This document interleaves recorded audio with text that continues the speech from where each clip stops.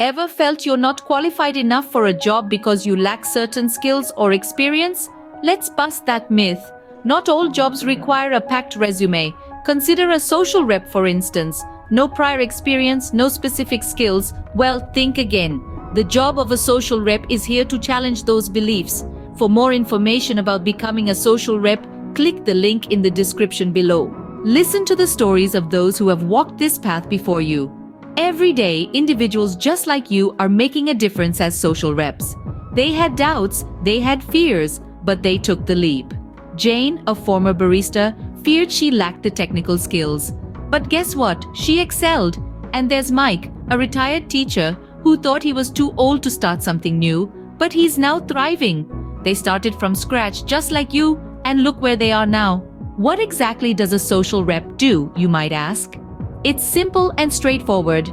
As a social rep, you engage in chat-based tasks. No prior skills or experience are necessary. It's a role where your personality shines through. You see, it's a job anyone can do.